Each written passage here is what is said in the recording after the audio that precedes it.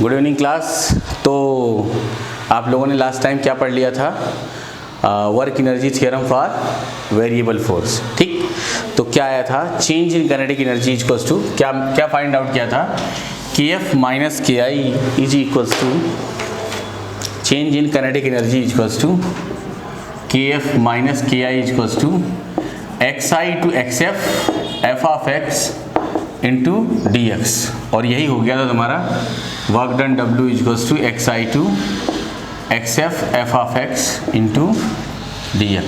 This is the required work energy theorem for a variable force. अभी इसी पर एक क्वेश्चन है तुम्हारा। अगर आप के पास NCERT बुक है तो आप इसे देखेंगे 6.6। और मैं आपको बताऊं, मुझे ईयर एग्जैक्टली याद नहीं है, बट यही क्वेश्चन JEE एडवांस में आया है। एग्जैक्ट मुझे ईयर याद नहीं आ रहा है और थोड़े से इसमें चेंज करके उसने यही सवाल दिया है। यही मतलब यही क्वेश्चन था, है ना। किसी दिन मैं आपको ईयर बता दूंगा, ऐसा वो आपके वो जो बुक आती है प्रीवियस ईयर उसमें दिखाऊंगा कि ऐसा होता है। यही सवाल है। तो क्वेश्चन क्या कहता है कि a block of mass m equals to 1 kilogram moving on a horizontal surface with speed vi is equals to 2 meter per second enters a rough patch running from x equals to 0.10 meter to x equals to 2.01 meter. The retarding force Fr on the block in this range is inversely proportional to the x over this range. Fr equals to minus k by x for 0.1 is less than x is less than 2.01 meter and is equals to 0 for x is less than 0.1 meter and x is greater than 2.01 meter, where k is equals to 0.5 joule. What is the final kinetic energy of the speed Vf of the block as it cross this patch? मतलब वही path. तो जो ये है, कहने का मतलब यहाँ पर जो क्वेश्चन है उसका ऐसा कहना है कि कोई एक पैच है, तुम ऐसा कहो बोलो कि पाथ है, कोई एक ऐसा पाथ है। मतलब ये क्वेश्चन नंबर कौन सा है? 6.6। सॉल्व एग्जाम्पल 6.6 है।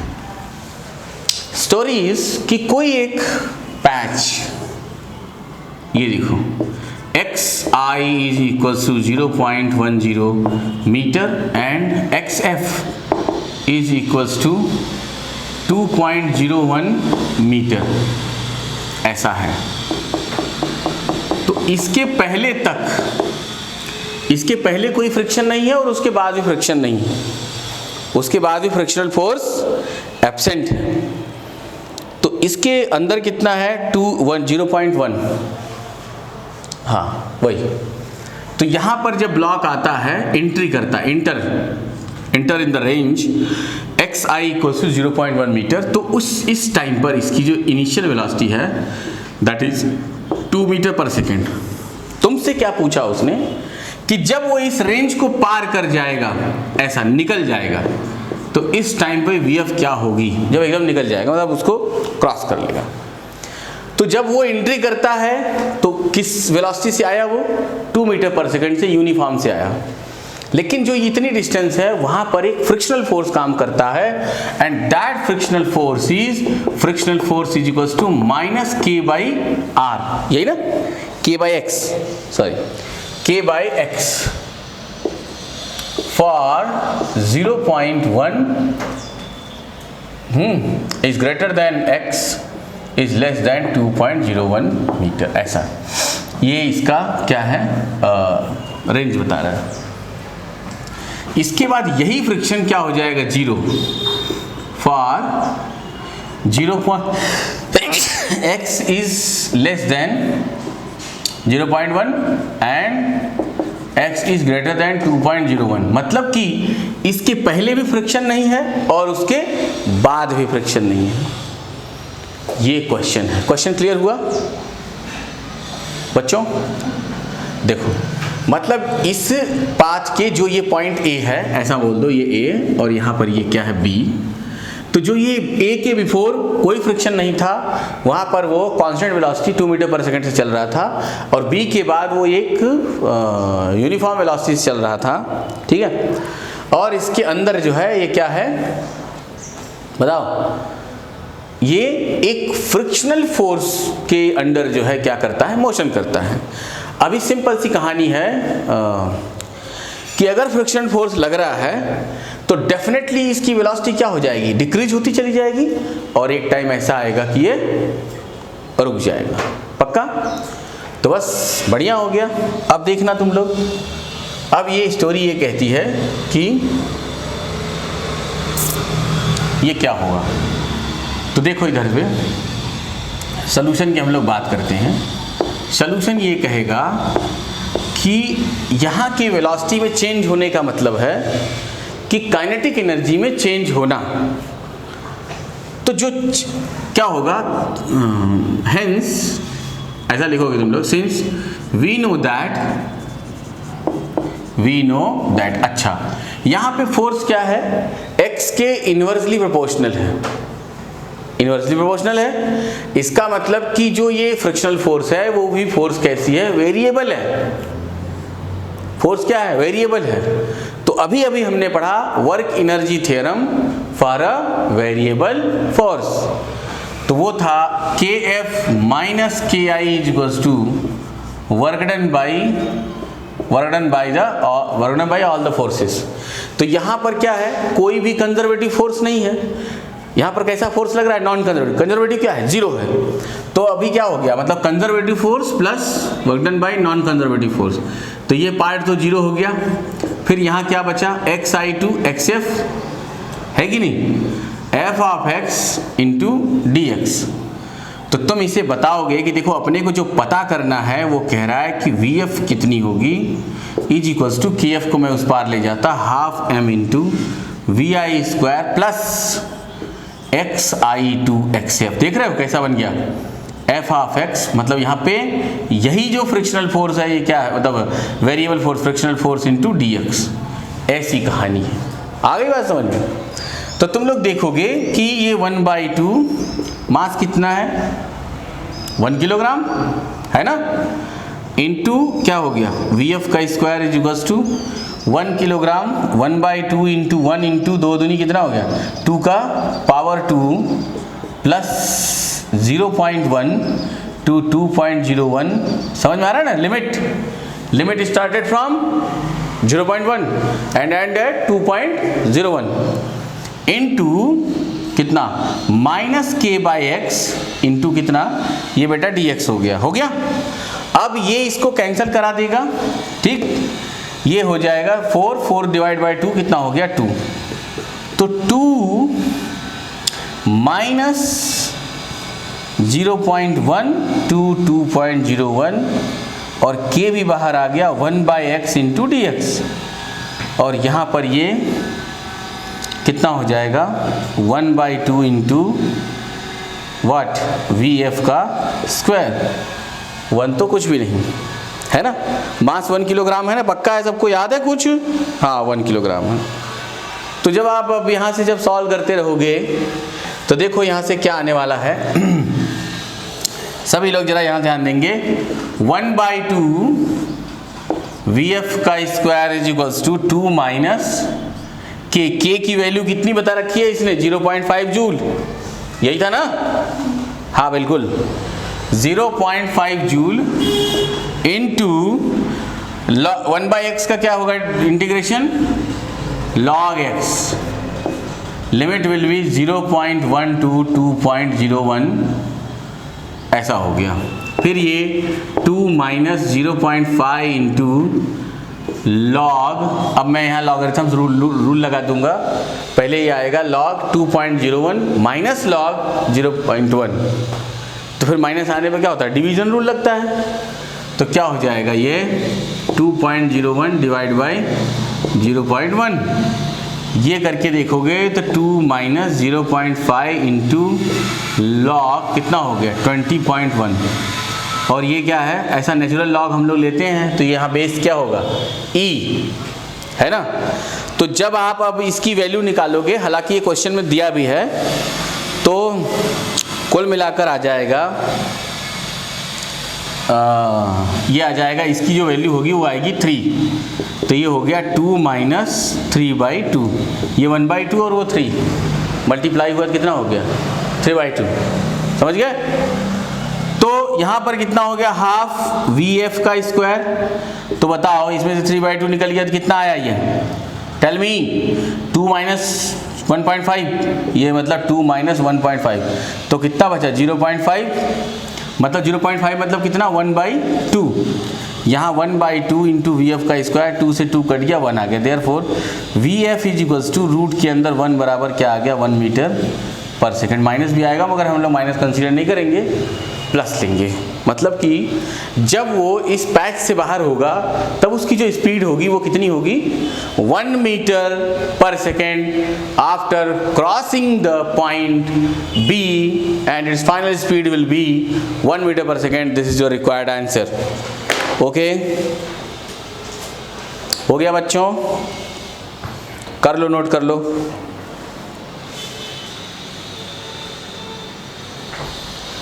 कर लिया, नोट कर लिया।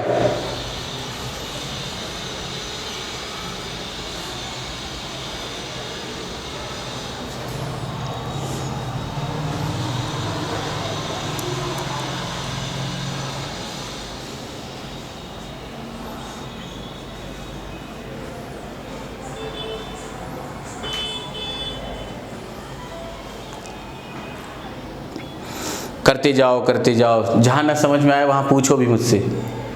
वहाँ तुम पूछोगे तुम्हें फटाफट बता दिया जाएगा, क्लियर कर दिया जाएगा, है ना।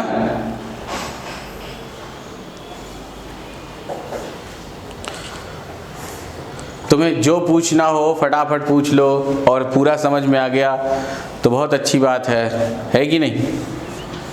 तो तुम लोग पूछ सकते हो मुझसे।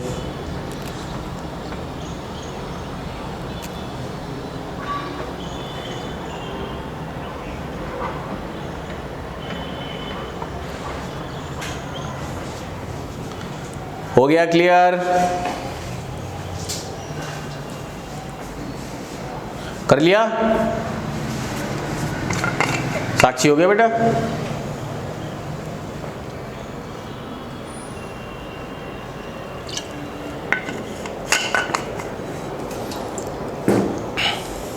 नेक्स्ट है, अब जो मैं तुम्हें सिखाने जा रहा हूँ वो है the concept of potential energy. The concept of potential energy, your new heading is the concept of potential energy. The concept of potential energy, ऐसा कुछ नहीं है, तुम लोग एकदम इजी गोइंग लो, और कोई भी क्वेश्चन जो पूछना है तुम्हें वो पूछ सकते हो कि यहाँ ये कैसे हुआ, है ना। और जो हमारे ऑनलाइन वाले बच्चे हैं वो लोग ज़रा ध्यान से सुने मेरी बात को। अगर आपको कोई प्रॉब्लम है प्लीज़ आप ग्रुप में मैसेज डालो, आपका कोई भी डाउट होगा मैं आपको क्लियर करके दूंगा, है ना। और आप सभी लोगों को पहले मैं बता दूं कि आप फर्स्ट ऑफ ऑल आप सभी लोग NCERT खरीदो, स्टेट बोर्ड भी रखो, और भले ही आप बाकी बड़ी किताबें नहीं इच्छा है जिसको वो ना खरीदे, जैसे CET वगैरह जिसको देना है उसको, इसके लिए ज़रूरत नहीं है।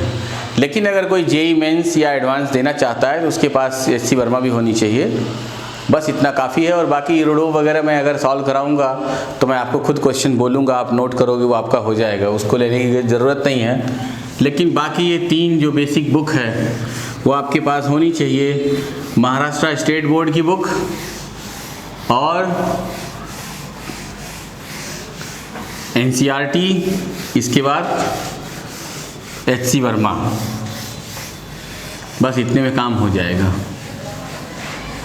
बाकी प्रीवियस ईयर लगते रहेंगे, उस पर बात चलती रहेगी। अभी देखो ये जो क्वेश्चन है ये खुद JEE एडवांस में आया हुआ है। ओके, तो the concept of potential energy,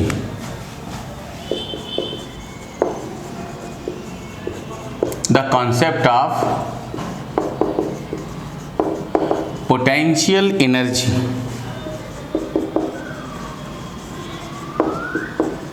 the concept of potential energy.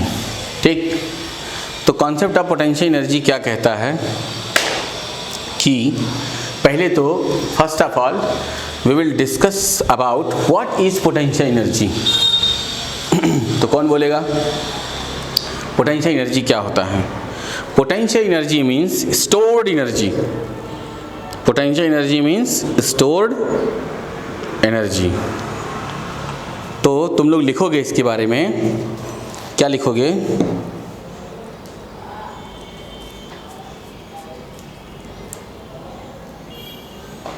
हाँ लिखो, एक लाइन लिख दो जब तक। लिखो potential energy is defined as, बहुत अच्छे से लिखो, कोई दिक्कत नहीं। Potential energy is defined as क्या? डोमिनेट गामा के अंदर में the stored energy by virtue of the position और configuration, by virtue of the position or configuration of the body, by virtue of the position or configuration of the body. Okay, अब देखना,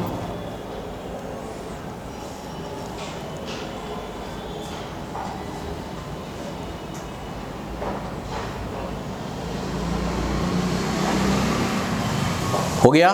अब देखो, मान लो late us consider, ऐसा लिखो, बढ़िया से लिखो, let us consider a ball is put at a height h, a ball of mass m is put, मतलब रख दिया गया, या is placed at a height h, at a height h, then its potential function can be written as क्या? v the function of क्या? यहाँ h के बढ़ने घटने से कुछ भी होगा, मतलब कि ऑब्जेक्ट को यहाँ से लिया गया और यहाँ रख दिया गया, दिख रहा है? ये ग्राउंड था और ये हाइट कितनी है? h, ये इसका मास क्या है? m, तो वहाँ रखने पर ये कितना आ गया? उसमें कितनी पोटेंशियल एनर्जी आ गई? mgh। ये हो गया आपका इक्वेशन नंबर 1। अब आप यहाँ से क्या डिफाइन करोगे कि जब आपने इसको यहाँ से इस पोजीशन पे लाया, तो आप हमेशा ध्यान रखना कि इसमें एक फोर्स हमेशा लग रहा था, और वो फोर्स था क्या? Gravity, gravitational force. किधर हमेशा लग रहा था? Downward position, mg acting downward position. जब अगर आपका mg डाउनवर्ड पोजीशन लग रहा था, तो अब आप यहाँ से क्या करोगे? इस पोटेंशियल फंक्शन को आप और डिफाइन कर सकते हो कि since we can write also, since we can write also the potential function, sorry, the potential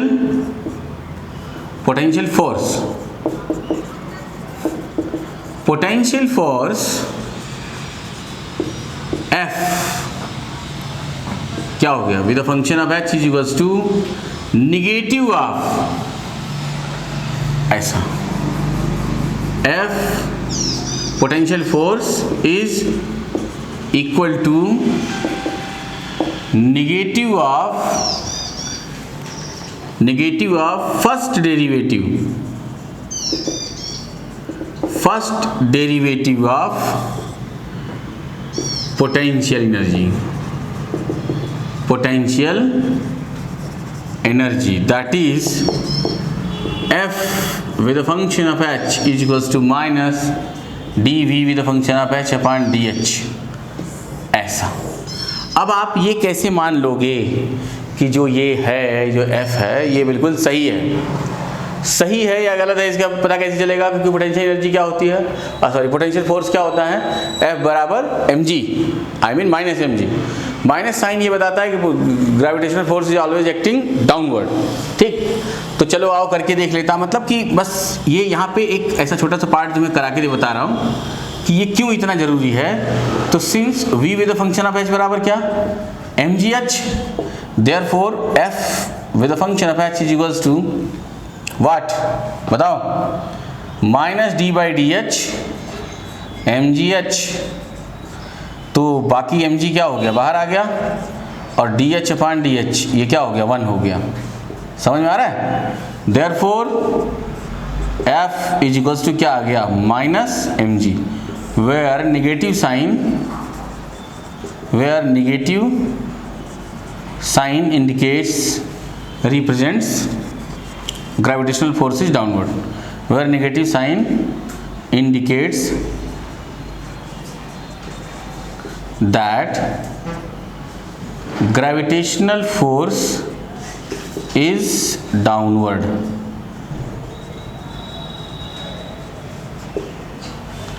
downwards, gravitational force is downward। Okay, तो आप इसको ऐसा नोट कर सकते हो। कर लिया नोट? सबका हो गया? बहुत अच्छी, इट्स ओके ओके ओके, है ना? कर लिया सबने? अब देखो ग्रेविटेशनल फोर्स के बारे में कुछ और बातें। अगर मान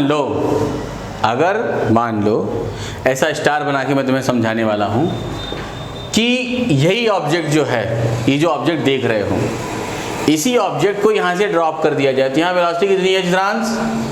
0। ड्रॉप किया, यहां स्ट्राइक करेगा किस वेलोसिटी से? v से।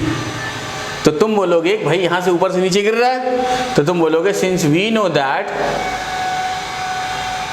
For a free fall body, we know that for free fall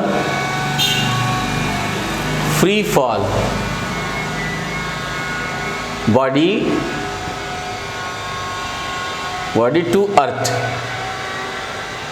on the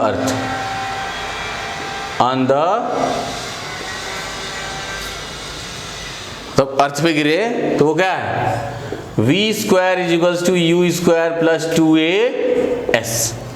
देखना अब ये क्या होगा, v स्क्वायर, इसका मास कितना है, m है, देखा, u 0 हो गया, प्लस 2a की वैल्यू क्या, माइनस g, और s की वैल्यू कितनी, माइनस h। भाई सब कुछ कोऑर्डिनेट पे रखोगे ना, तो ये कितना हो गया बताओ। Therefore v square is equals to क्या आ गया, 2gh। Now multiplying both side by half m, multiplying both side by half m v square is equals to half m into 2gh। 2 से 2 कट गया, क्या आ गया ये, mgh। तो तुमने देखा कि यहाँ पर क्या आ गया, यहाँ आ गया half mv square is equals to mgh। तो तुमने देखा कि loss in potential energy is equals to gain in kinetic energy. तो तुम लिखोगे hence we can say that loss in potential energy is equals to gain in kinetic energy. यहां के बाद लिखो hence we can say that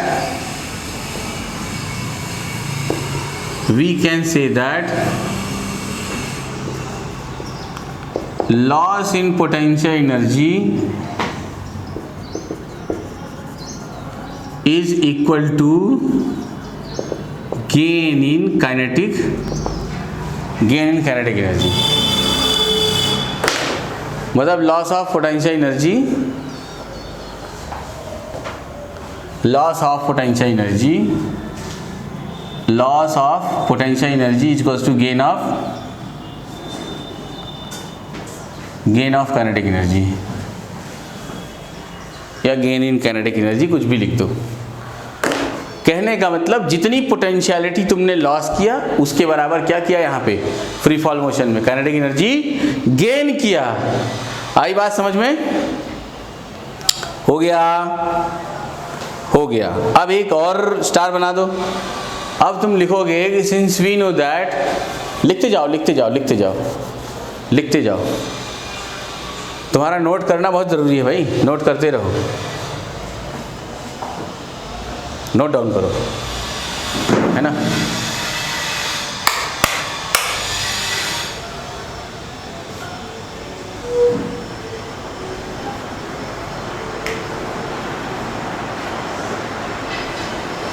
चलो fast note करो।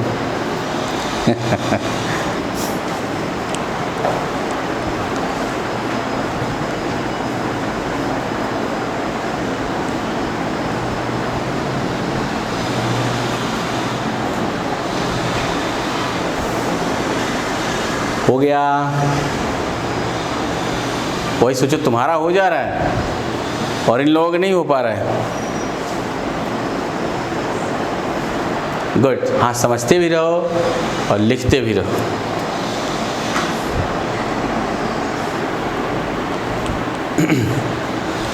तो साक्षी तेज तर्राफ है, उतना फास्ट लिखती है, समझती है तब। और चित्रांश कैसे कि जल्दबाजी में पहले नोट कर डालता है।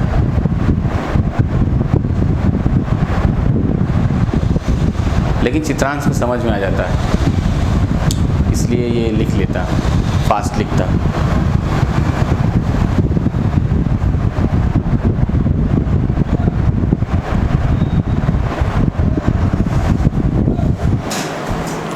हो गया बच्चों? तो देखो, अगर तुमने इतनी बात समझ ली, तो अब इसके बाद एक अंतिम कहानी यही है। करते जाओ नोट जो है। तुम क्या बताओगे? अब जो लास्ट स्टोरी है इसमें, वो ये बताने के लिए रह गई है, वैसे तो पूरा रहना चाहिए।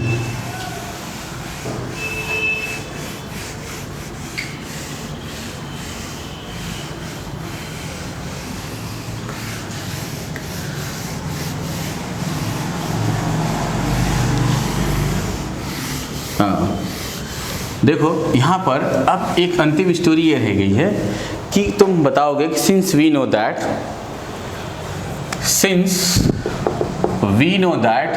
क्या जानते हो चित्रांश? कि F is equals to minus dV/dx। भाई कोई एक वेरिएबल तो लेना पड़ेगा। तुम चाहे हाइट के लिए h लिखो चाहे x लिखो, बात तो एक ही है। तो अब यहां से जो तुम्हारी बात बनेगी, क्या बनेगी कि F into dx is equals to minus of dV। समझ गए? और dV इज इक्वल्स टू, ये पोटेंशियल एनर्जी है, is equals to negative of F into dx, integrating both side within limit. Integrating both side within limit। वो क्या? dV vi to vf is equals to negative of f into dx xi to xf। Initial position पर potential energy vi है, final position पे vf है। तो ये कितना आ जाएगा? dv का v और ये vi to vf is equals to negative of, और ये पूरा क्या होता है? कौन बताएगा? ये पूरा यही तो है ना, work done by conservative force. तो ये हो गई work done by conservative force. तो यहाँ से आ गया, क्या आ गया, वी एफ